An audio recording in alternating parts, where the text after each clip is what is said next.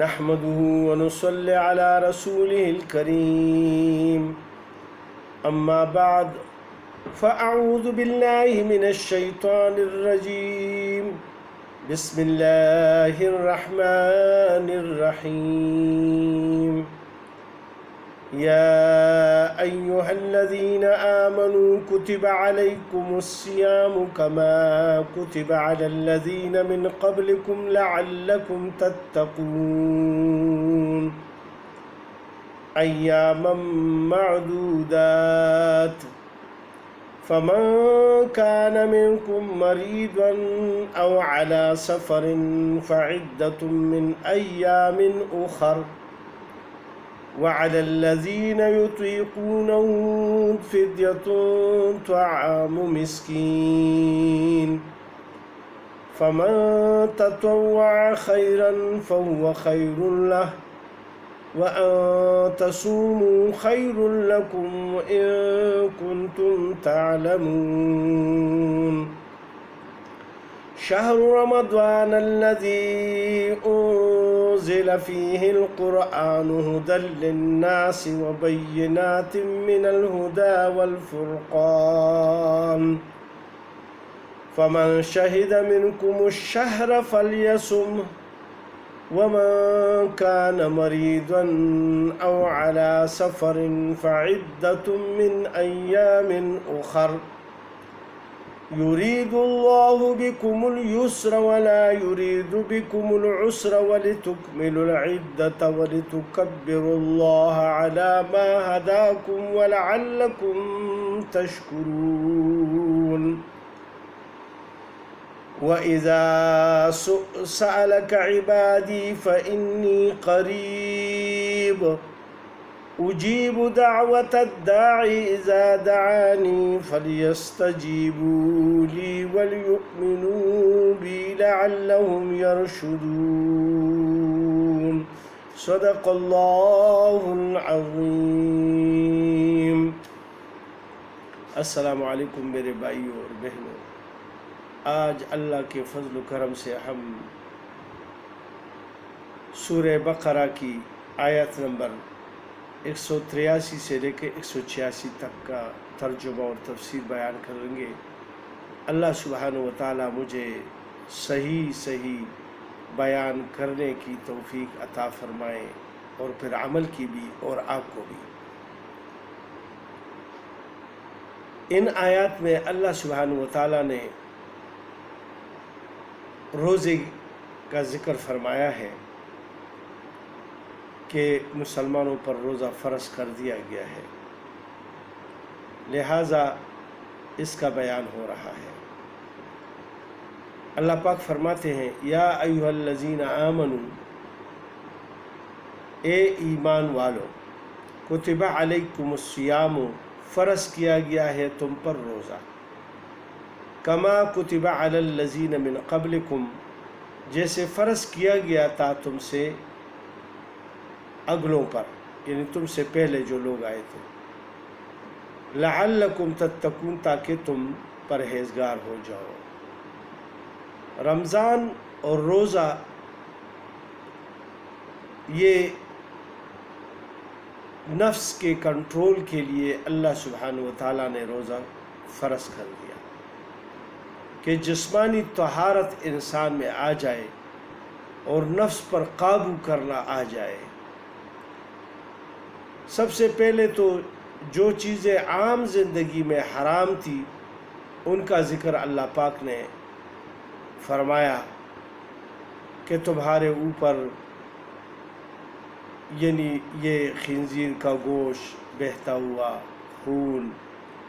اور مردار جانور، اور جو اللہ کے نام کے سوا کسی اور کا نام پکار کر ذبح کیا جائے، تو ان کا ذکر ہوا۔ ابھی اللہ پاک روزے کا ذکر فرما رہے ہیں کہ جو حلال چیزیں ہیں وہ ایک خاص مدت تک اللہ کے حکم کے مطابق ہم ان کو بھی نہ کھائیں۔ ہمارے سامنے پھل، فروٹ، حلال گوشت اور حلال چیزیں پڑی ہوں، لیکن چونکہ اللہ کا حکم ہے کہ جو اوقات متعین ہیں ان میں کوئی چیز بھی نہ کھائیں۔ تو ہمارے سامنے چیزیں پڑی ہوتی ہے اور اس کو ہم نہیں کھاتے۔ ایک حدیث شریف میں رسول پاک صلی اللہ علیہ وسلم فرماتے ہیں کہ روزہ اللہ کے لیے ہے، اور اللہ پاک فرماتے ہیں کہ میں ہی روزے کا ثواب دوں گا۔ یعنی چونکہ یہ ایک خفیہ قسم کی عبادت ہے کہ اگر آدمی کوئی جائے تنہائی میں یا کوئی کسی پناہ گاہ میں جا کے کچھ کھا پی لے اور کوئی نہ دیکھ لے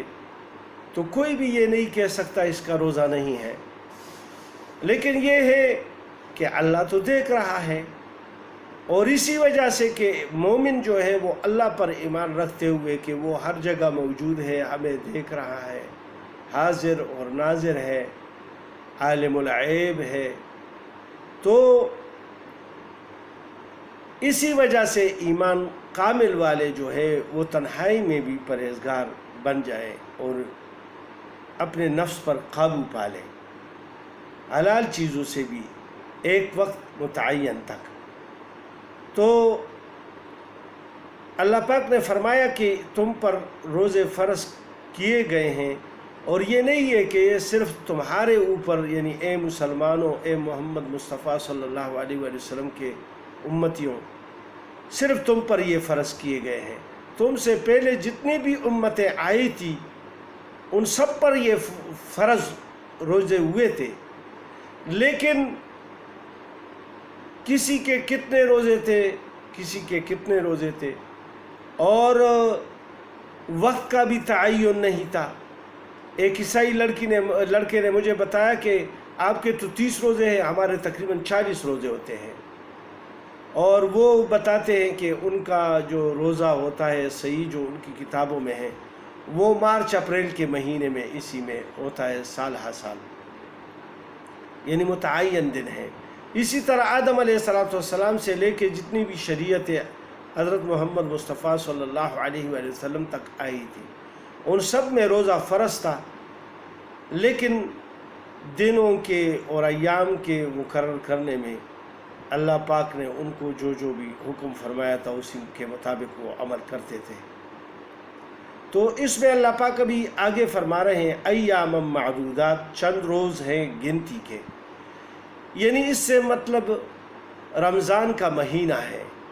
کیونکہ اس کے بعد ابھی اللہ سبحانہ وتعالی رمضان کا ذکر فرمائیں گے تو اس کی فضیلت بھی اللہ پاک فرمائیں گے۔ تو یہ یعنی چند دن ہوئے کہ سال کے تقریباً 12 مہینے ہیں، اس میں صرف ایک مہینہ رمضان کا جو ہے وہ روزے فرض کیے گئے، لیکن اللہ پاک نے اس میں یہ چھوٹ دے دی، فمن کان منکم مریضا، پھر جو کوئی تم میں سے بیمار ہو یا ہو جائے، او علی سفر، یا مسافر ہو یا سفر میں چلا جائے، فعدۃ من ایام اخر، تو اس پر ان کی گنتی ہے دونوں اور دونوں سے، یعنی اگر وہ درمیان میں ٹھیک ہو جائے یا رمضان کے بعد ٹھیک ہو جائے برس سے، تو اس کو پھر وہ دن وہ شمار کر کے رکھے گا کہ کتنے روزے اس نے کھائے ہیں، وہ بس جب صحت یاب ہوگا تو پھر وہ روزے رکھ لے گا، اور جب مسافر اپنے گھر آ جائے گا، اپنے گاؤں آ جائے گا، تو وہ پھر روزے رکھ لے گا، اس نے گنتی کی ہوگی کتنے روزے اس نے سفر میں کھا لیے۔ اللہ پاک نے ایک رخصت دی ہے، تو جس کا جی چاہے اس میں وہ رخصت ہے، لیکن بعد میں اس کو رکھنے ہیں۔ وَعَلَى الَّذِينَ يُطِيقُونَهُ، اور جن کو طاقت ہے روزہ کی، فِدْيَةٌ طَعَامُ مسکین، ان کے ذمہ بدلہ ہے ایک فقیر کا کھانا۔ ابتداءً چونکہ اللہ پاک نے حکم میں اتنی تدریجاً یہ فرض کیے گئے، جس طرح کہ شراب کا حکم اس طرح ہوا تھا کہ 2-3 دفعہ میں اللہ پاک نے پھر آخر میں اس کو یعنی بالکل حرام کر دیا شراب۔ اسی طرح روزے کو یعنی 2 حصوں میں کر دیا۔ پہلے حصے میں غربت اور بہت زیادہ لوگ غریب تھے، بہت ضرورت تھی اللہ سبحانہ و تعالیٰ کو، اور لوگوں میں ضعف تھا، مالدار لوگ نہیں رکھ سکتے تھے اتنے روزے، لہٰذا اللہ پاک نے یہ رخصت دے دی کہ چلو 2 وقت کا یعنی درمیانی کھانا جو تم کھاتے ہو اس میں سے ایک فقیر مسکین کو کھلاؤ تو یہ فدیہ ہو جائے گا۔ پھر جب اللہ پاک نے یعنی مطلب اس میں پکی آ گئی مسلمانوں میں، تو سب مسلمان اس پر آ گئے اور ثواب کی نیت سے وہ رکھنے لگے، تو اللہ پاک نے پھر سب پر یہ حکم نافذ کیا، چاہے وہ مالدار ہو یا غریب ہو، یعنی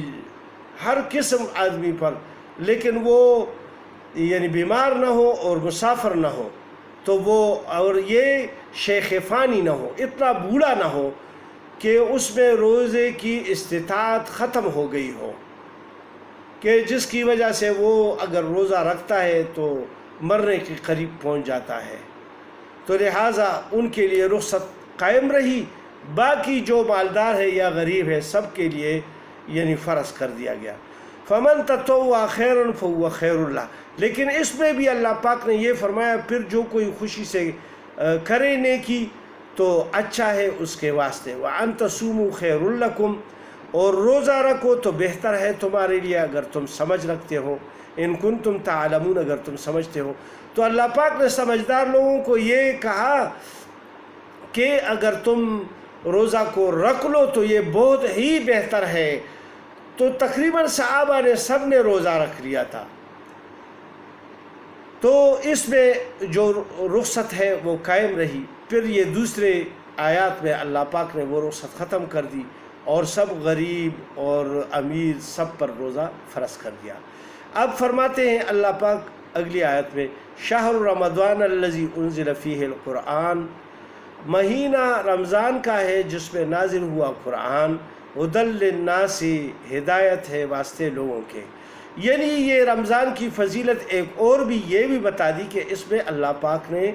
قرآن پاک کو نازل فرمایا ہے۔ حدیث شریف میں آیا ہے کہ 24ویں دن اللہ پاک نے 24ویں رمضان کو قرآن پاک کو لوح محفوظ سے آسمانی دنیا تک یعنی نازل فرمائے یکمشت، اور باقی پھر آسمانی دنیا سے زمین پر رسول پاک صلی اللہ علیہ وآلہ وسلم کے پاس وحی کے ذریعے 23 سال میں پھر نازل ہوتا رہا قرآن پاک۔ اور اس کے علاوہ جتنی بھی کتابیں اور صحائف آئے ہیں وہ سب رمضان کے مہینے میں نازل ہوئی ہیں، یعنی کوئی پہلی رمضان میں، 7ویں رمضان میں، اور 14 رمضان میں، 18 رمضان میں، اس کا مختلف ذکر آیا ہے۔ تورات، زبور، انجیل اور صحیفے جو آدم علیہ السلام، ابراہیم علیہ السلام، شیس علیہ السلام اور موسیٰ علیہ السلام پر جو صحیفے نازل ہوئے، یا اور کسی نبی پر بھی اگر نازل ہوئے ہیں تو وہ سب اللہ پاک نے رمضان شریف میں نازل فرمائے ہیں۔ تو اللہ پاک فرماتے ہیں کہ یہ جو قرآن ہے ہدی للناس، ہدایت ہے واسطے لوگوں کے، وبینات من الہدی والفرقان، اور دلیل روشن راہ پانے کی اور حق کو باطل سے جدا کرنے کی، یعنی یہ کتاب جو ہے حق کو باطل سے جدا کرنے والی ہے، کفر اور شرک کرنے والے اور ایمانداروں کو الگ الگ کرنے والے،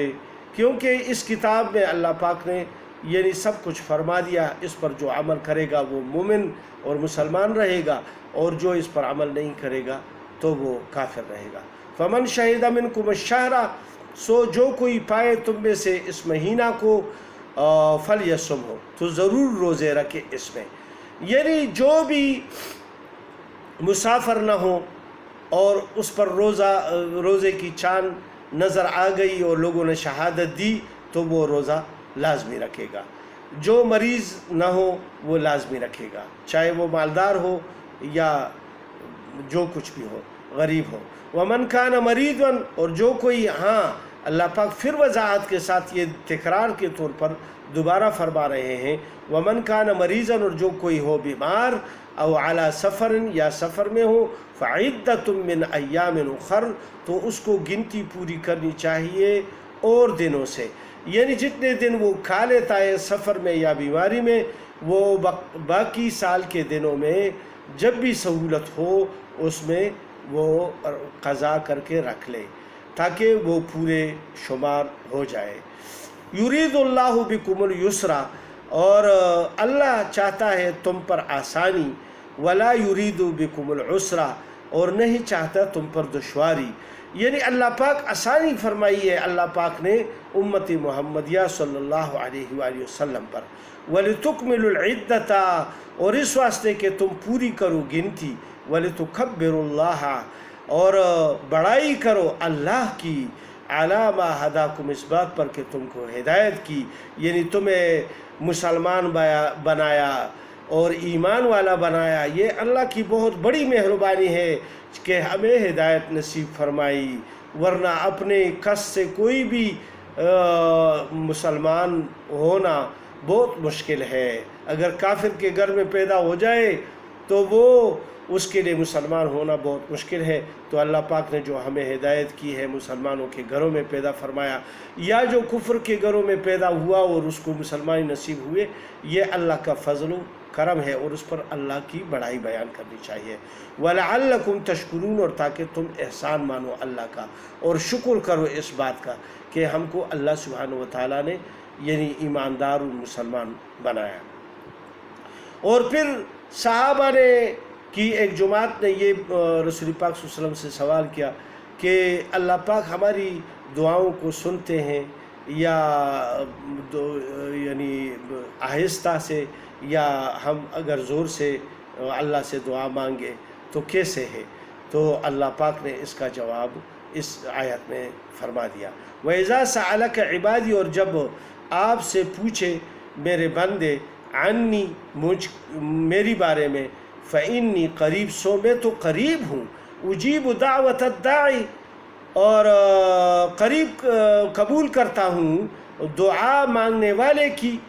جو بھی مجھ سے دعا کرے میں اس کی دعا قبول کرتا ہوں۔ اذا دعانی، جب مجھ سے دعا مانگے، فلیستجیبوا لی، تو چاہیے کہ وہ حکم مانے میرا، یعنی میرے تابعداری بھی کرے،